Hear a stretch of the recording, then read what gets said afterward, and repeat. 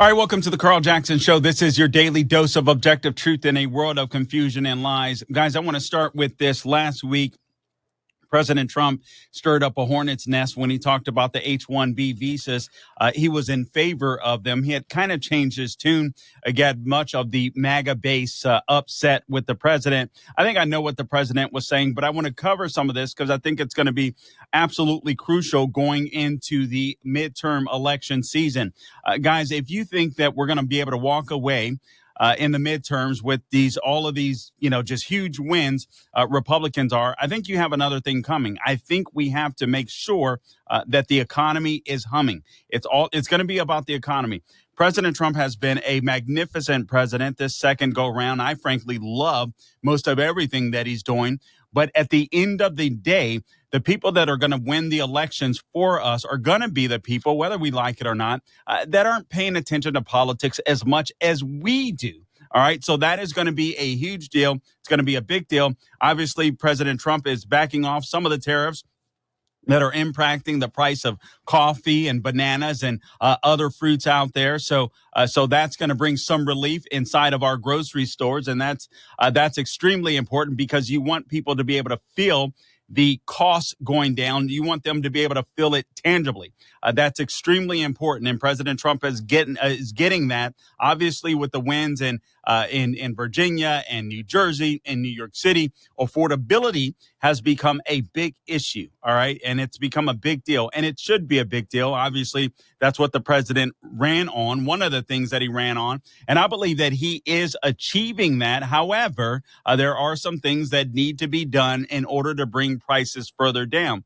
There's some areas in where if we have to use tariffs, I think tariffs at this point, we need to get them stabilized. They need to be with whatever country we're dealing with tariffs. Every single country we're dealing with tariffs.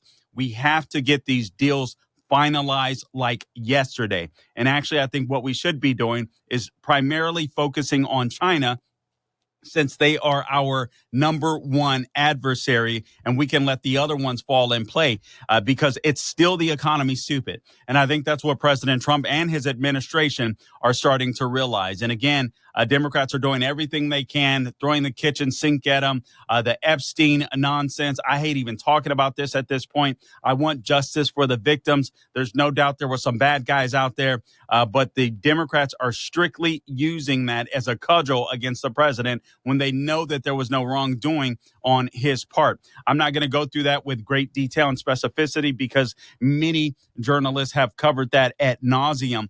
But here's what I do want to do. There's some issues that you may or may not be aware of. And I think, frankly, the economy fixes all. I think the economy will be a cure-all for the Trump administration heading into 2026. But there are some things that we're going to have to battle. One that you may not have heard of or may not have considered, guys, this is a big deal. You're not going to hear anyone else talking about this, but what's happening with big tech? We're still big tech. We can't be swindled. We can't be duped by big tech. When all of these big tech giants were coming to the White House and cozying up to President Trump, many of them have donated to the ballroom to have the ballroom built. I don't trust any of them. Frankly, the only one that I trust with the country is Elon Musk. And that's simply because he took the arrows before the election and after the election. I'm not saying he's an angel. I'm not saying he's a perfect guy. I'm not saying that he had all these when it came to politics. That was politics obviously was not his bag, but I do believe that he's trustworthy. I do believe that he wants to save this country. I do believe that he believes in capitalism, whereas these other big tech giants, I believe they believe in capitalism for themselves. Let me explain. There was a column that was posted this week at the Daily Caller. It's entitled 2026 Midterms Will Be Bloodbath for Republicans Because of New Big Tech Strategy. So again, we had the elections in New Jersey, New York City, Virginia. Those were absolutely a wake-up call, but we need to assess what role Google had to play in those elections. We talk about election integrity all the time, and that's important. I'm going to get to the race in Seattle because obviously it was basically socialist against socialist, with one guy not calling himself a socialist, but nonetheless, the female calling herself a socialist emerged as the winner. And guys, that was a dubious race. I'll get into that momentarily. But I just want you to understand that even if the economy is humming, even if foreign policy, I frankly love the way President Trump handles foreign policy. I think he's been one of our best foreign policy presidents. I mean, it's peace through strength. I just heard the other day how the current Syrian president was actually basically not quite a plant for the United States of America, but had been working with us for quite some time. So President Trump is able to pull off stuff like that by having conversations and relationships with some of these foreign dignitaries that other, even Republicans, were not willing to have. And I think it's paid off beautifully for the president of the United States. I love what he's doing in the Western Hemisphere. But again, these are things that we need to be concerned about. We're concerned about election integrity. What about Google? Google basically waved a surrender flag. They came to the White House. Everything was hunky-dory, or at least we thought. But if you're concerned about election integrity, you should be concerned about what I would call digital election integrity. Did you guys know that Google can shift between 20 to 80%? And this was a research study done by Robert Epstein. He's a psychologist at the American Institute for Behavioral Research and Technology. And he's been on plenty of national shows in the past. He's actually a Democrat. He was a huge Hillary Clinton supporter, but he noticed then how Google was trying to manipulate votes. And, you know, whether I agree with his policies or not, I'm thankful for what he's willing to do here. It proves that he's a man of integrity when it comes to this issue.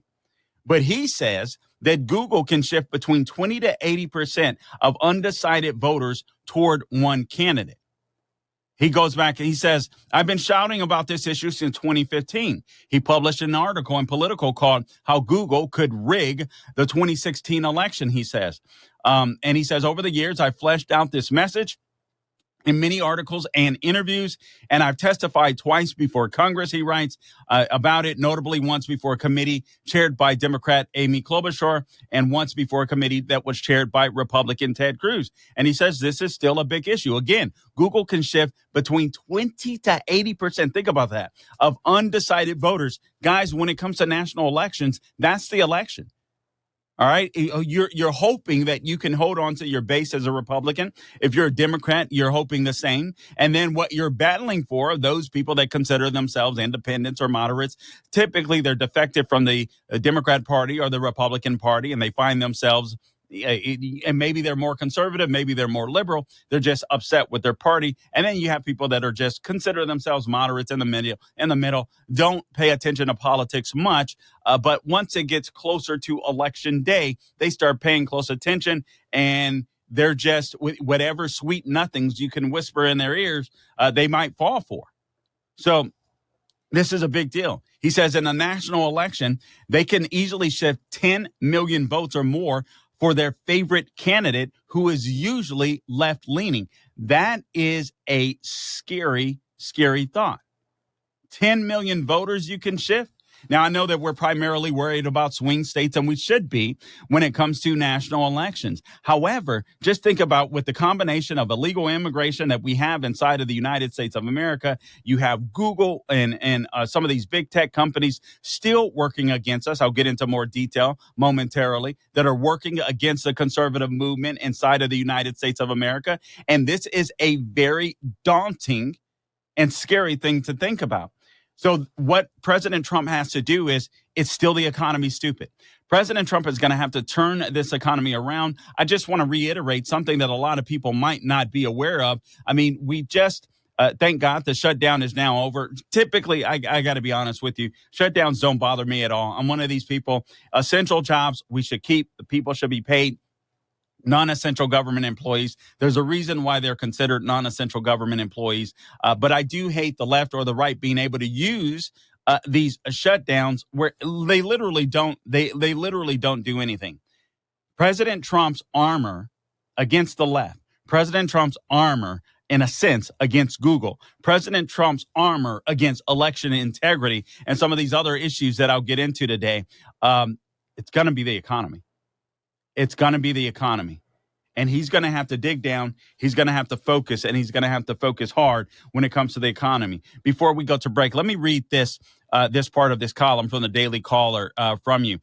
He says, this guy, Robert Epstein, beginning in 2016, my team and I also developed the world's first nationwide system for preserving and rapidly analyzing the personalized ephemeral content big tech companies can use to manipulate elections, indoctrinate children, and undermine human autonomy. Listen to this: content that is stored nowhere and that is normally lost forever.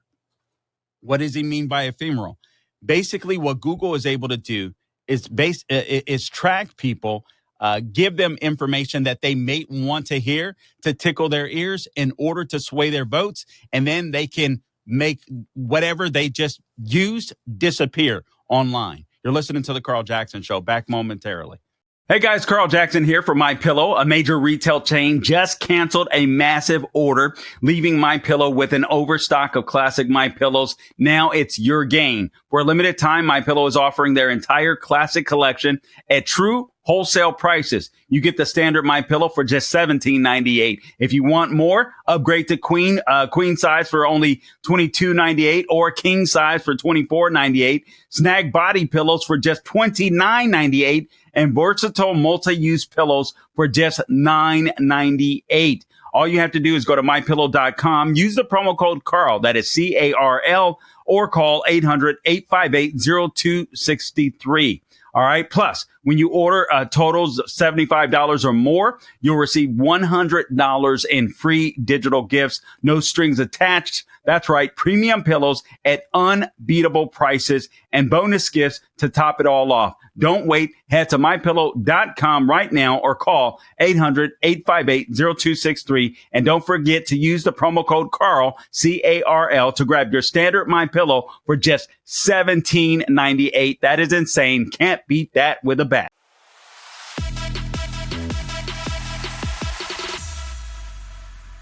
All right, so Google is still, again, censoring conservatives. And we have to be aware of this. Guys, turnout is going to matter in the 2026 midterm elections. Basically, let's just be blunt. Let's just be honest. If we don't retain the House in 2026, if we don't retain the Senate, President Trump's presidency is null and void, with the exception of executive orders that could be overturned. And at that point, what we're doing is hoping to win in 2028. But when you have a unique president and a rare president like President Trump in office, you want this guy to have his full term. And that's what we should be fighting for. That's certainly what I'm fighting for. So these are some of the things that Republicans and leadership need to be aware of. And quite frankly, President Trump needs to be aware of as well. Again, what I was saying before the break, what Google is able to do, again, is use content that literally just lasts for a short period of time in order to steer voters one direction or another. This gentleman writes, the system became fully operational in 2023, and it currently sends us data. This is his own data research he's talking about. He's built a system to be able to track what Google and these other big tech companies are doing to sway votes one way or another. He says it currently sends us data 24 hours a day from the computers of a politically balanced group of more than 17,000 registered voters in all 50 states. He says our monitoring system is telling us right now that Google is up to its usual tricks, literally as we speak. He claims that what Google is doing and some of these big tech companies are doing with President Trump, even when they wined and dined with the president at the White House, this was what was called a false flag operation. And this is what I'm concerned about, because with all the drama, all the distractions out there, again, Democrats have nothing to run on. They don't know how to fix an economy. You have some college students now saying they would prefer socialism over capitalism. They have no idea what either of those terms mean, in my opinion. This makes it so much more important that Google is doing the right thing, that these big tech companies are doing the right thing. because they can use any bit of information to sway voters one way or another. They can sway some of these college age, voters towards socialism when these people haven't a clue. So the remedy for socialism, the remedy for a bad economy is capitalism, is more opportunity. It's cutting taxes. It is deregulating. You're worried about college affordability. You're worried about inflation. You're worried about the mortgage crisis. It's capitalism. That's the answer. And the rule of law. I mean, when it comes to housing, Vice President J.D. Vance was right when he spoke to Sean Hannity last week. Listen, you got to get illegals out of the country. You can't have illegal aliens competing with American citizens for housing. That is only going to cause prices to skyrocket. There's no doubt about it. But speaking of this false flag operation when it comes to Google, remember, the false flag situation started in the 1500s in the Mediterranean waters. And basically what would happen was while approaching their victim, you would have some pirates that would use a national flag of the ship that they were about to attack. And that way their senses would be calmed down. They thought that it was a friendly ship that was approaching them, and then they could attack them. That's exactly what Google and some of these big tech organizations are still doing with President Trump. So we need to be mindful of this. He says this. A few weeks before the 2024 election, Google CEO Sundar Pichai called up Trump to wish him well. After Google's win, the company donated $1 million toward Trump's inauguration, which earned Pichai a front seat in front of President Trump. Also, other big tech companies as well. He says at a small dinner at the White House in September, Pichai thanked Trump for letting Google off so easily in the DOJ's landmark antitrust case against Google. And Trump replied, "Great job. You're doing incredible work." Now, he says in an ambitious lawsuit against Google, the DOJ got a federal court to rule that Google was a monopoly. Guys, this is absolutely huge. He says normally when that happens, take AT&T, for example, or to an AT&T, for example, the court then breaks up the company. But this time the court did nothing. And that's all thanks to President Trump. So President Trump has to be mindful of this. He says under pressure from the pending DOJ decisions and with his monitoring system collecting terabytes of court admissible data around the clock, Google backed off on some of its elections manipulations in the months leading up to the election, cutting liberal bias in Google search by 20% and cutting liberal bias on YouTube recommendations by 50%, a whopping 15%. He said even more remarkably, on October 31st, 2024, that was a few days before the November 5 election, he says that his company caught Google sending 50% more go vote reminders to Democrats than Republicans. Guys, I'm telling you right now, obviously this is something that President Trump has to stay on top of, but the economy is going to be so crucial. It is going to be so crucial. If Google and these big tech CEOs believe that the Republicans have a chance of retaining the House and the Senate, they're gonna back off this stuff. If they think Republicans have a chance in losing, don't you think they're going to try to sway voters yet again? This is why the economy is so important. In another thing that I want to talk about briefly here, obviously, President Trump caused some hay, as I mentioned earlier, when he spoke about H-1B visas last week. And again, this is a very important issue. And a lot of MAGA supporters were upset with President Trump's explanation or his desire to bring some of these H-1B visa immigrants into the United States of America. And I think they are justifiably angry, quite frankly. However, I do know what President Trump was saying. But his staff, they're in disarray. You have different staff members that believe different things when it comes to H-1B visas. And actually, President Trump mixed up a different type of visa program as a visa program as well. Now, I believe that Scott Bessent, the Treasury Secretary, has the best take on these H-1B visa programs. And I think he did a little cleanup work. I think Ostensibly, this is what President Trump meant. This is an article from Breitbart. They're talking about the H-1B visa program. And Breitbart writes, Donald Trump's top deputies are sparring over the H-1B visa program, which is profitable, for investors, but increasingly toxic among young voters needed by the GOP in the 2016 midterms. Here's what Kristi Noem had to say about it, just so you could see the differing views within the Trump administration. She says, and I quote, "We're going to keep using our visa programs. We're just going to make sure that they have integrity, that we're actually doing the vetting of the individuals who come into this country, that they want to be here for the right reasons, that they're not supporters of terrorists and organizations that hate America." So this is a rather myopic view of the H-1B visa program. She just wants to make sure they're not terrorists. They're not involved in terrorist organizations. They want to be in the United States, so on, et cetera. So that's just a basic kind of myopic, simple view, if you will. And that isn't a hit on Kristi Noem. That's just her view. Now, in contrast, Secretary of the Treasury, Scott Bessent, he downplayed the programs, including H-1B visa programs, saying they were for temporary niche jobs instead of replacing American white-collar professionals in many technology jobs. Here's what he had to say. For years, this was in an interview.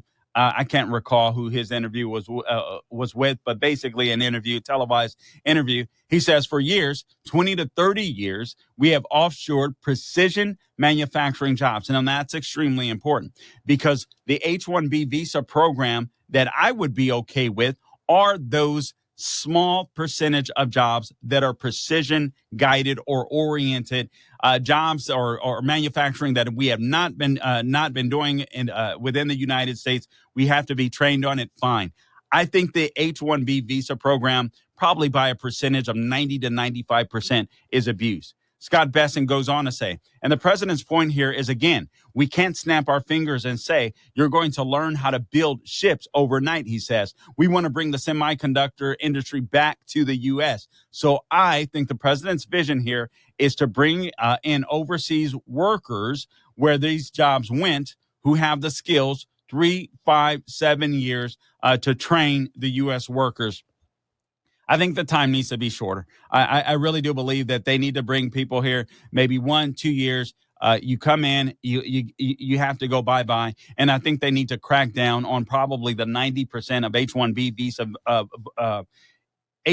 visa holders that simply don't need to be here, where you have some companies, major corporations, that are just bringing these people in order to pay cheaper salaries or lower salaries. That has to stop.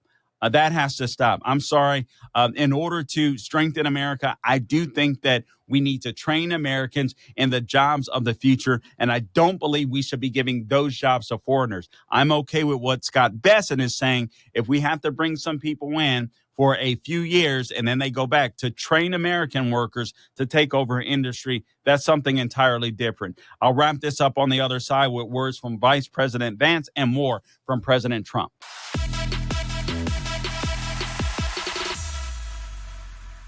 All right. As I was saying before we went to break, returning to the issue of H-1B visa programs, I think this is a big deal, too. I really think for President Trump and for his base to show up in midterm elections, these are the types of issues that are going to have to be resolved. Now, listen, I think President Trump is doing yeoman's work as president of the United States, literally trying to fix an economy that the left attempted to destroy under the Biden administration. I don't think it was that they were just incompetent, though they were. Right? I don't. I think these people were sinister. I really believe that they want to bring in the fundamental transformation of the United States of America. I do think they want to break down or destroy the capitalist system. They don't talk about capitalism, obviously, and when it comes to college students and so on, et cetera. That's why so many college students are fixated or are falling in love with socialism when they have no idea what it is. So this stuff is extremely important. President Trump has to bring out his base in the midterm elections. This is extremely important. Here's what Vice President J.D. Vance had to say on the matter.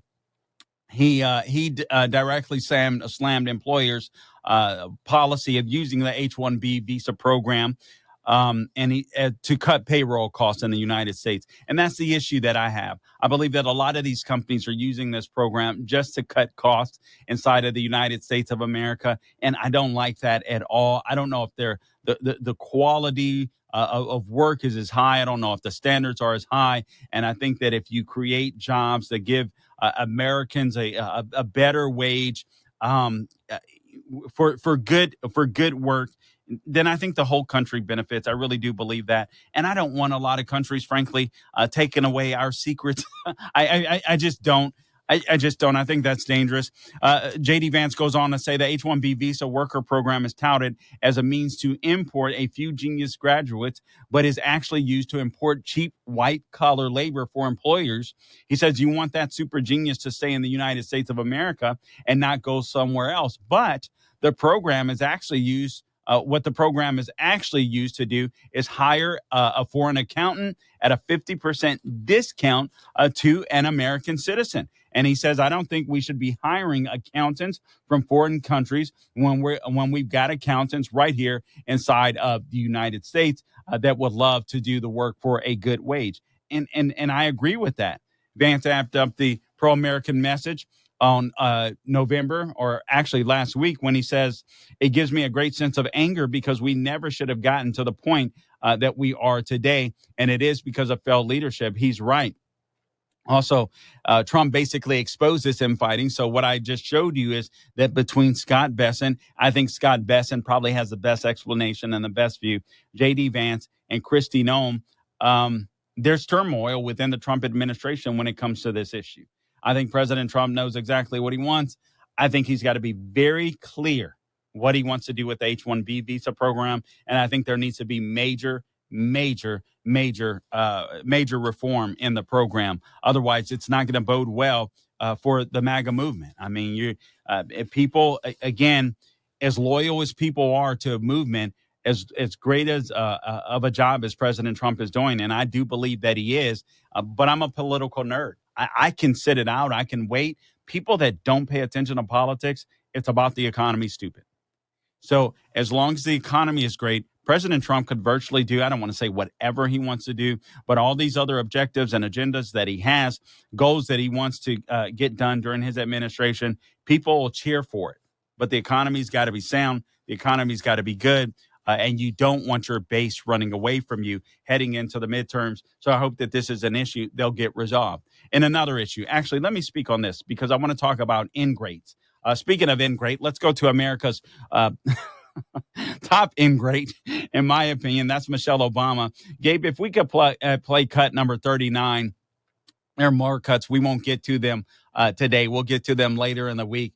But Michelle Obama is the biggest ingrate. It's no wonder that the nation that was healing from racial division became more racially divisive during and after the Obama administration. All you have to do is watch this clip to understand why. Here's cut number 39, por favor, Gabe. Worry about it. Let me explain something to white people. Our hair comes out of our head naturally in a curly pattern. So when we're straightening it to follow your beauty standards, we are trapped by the straightness. That's why so many of us can't swim and we run away from the water. People won't go to the gym because we're trying to keep our hair straight for y'all. It is exhausting and it's so expensive and it takes up so much time. Braids are for y'all so we can work harder and focus on the work. So why do we need an act, an act of law to tell white folks to get out of our hair? Don't tell me how to wear my hair. Don't wonder about it. Don't touch it. Just don't. Honestly, this was a former First Lady of the United States of America. And it's no wonder. It's no wonder that America became more racially divisive under the Obama administration. Can you imagine that woman in your ear? Frankly, what has she lived through? I'm not even convinced that she's endured the levels of racism that she pretends to. I mean, those are kind of microaggressions. These are things that she has in her mind. She doesn't have to live by these standards. She can move. And why are those white standards? Is a white person coming behind you? Hey, you got to do your hair this way. Are they telling you that? Who's telling you that? Nobody's telling her that. This is a Michelle Obama grew up in a wealthy family. She went to a prestigious Ivy League university. She became a high paid attorney. And then she became the first lady of the United States of America for 2 terms. And all she does is complain. All she does is whine. What she should be saying to blacks, if she believes there's racism, systemic racism in America, is how they can make it to get to the levels that she's achieved. I mean, to me, this is one of the most disgraceful things out there. Now, speaking of ingrates, let me talk about SNAP. Let me talk about SNAP benefits. And I'm not saying everyone that gets SNAP benefits are ingrates. All right. So I want to make that emphatically clear. I personally believe that there are some people that are in need of these benefits, are in need of welfare, are in need of food stamps, et cetera. I mean, they may be physically and mentally disabled. I mean, those are obvious. So there's some obvious cases out there. There's times where people may get down on their luck and they need some temporary assistance to get back on their feet. That's not what I'm talking about. I do think there should be a time limit. Like, you should only be able to be on welfare or get SNAP benefits for X amount of time during your life. And that way you're always incentivized to go out and hustle and work unless you're disabled. But I want you to hear some of these stats because it's pretty appalling. Brooke Rollins, she was on with Rob Schmidt last week. She's the agriculture secretary, and she discussed the data on food stamps that she's finding. Listen to this. This is in 29 mostly red states that responded with their data sets. Now, keep in mind, this does not include blue states. So you can imagine how much worse the fraud is and how much worse the numbers are. If she were able to collect the data from blue states, they're simply not giving her the data. But she says this, February, March, and April, 29 states, mostly the red states, responded with their data sets. February, March, April. But here's the most unbelievable news. She says, I have really just over the last few days found that 5,000 dead people. That was just 1 month. The number is closer to 186,000 deceased men and women and children in this country that are receiving checks. Why isn't there a system that reforms that automatically? Checks with social security numbers, death certificates, so on, et cetera.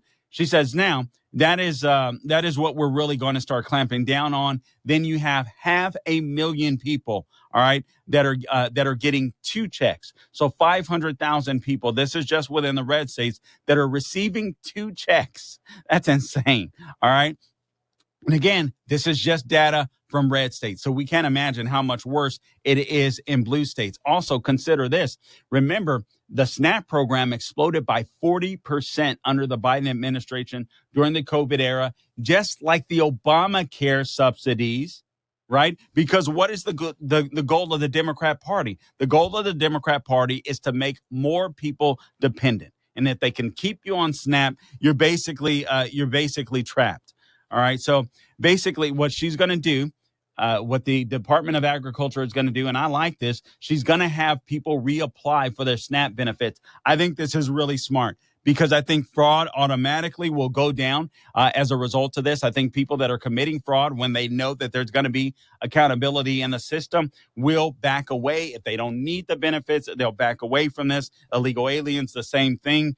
But you want people to be dependent on a great economy.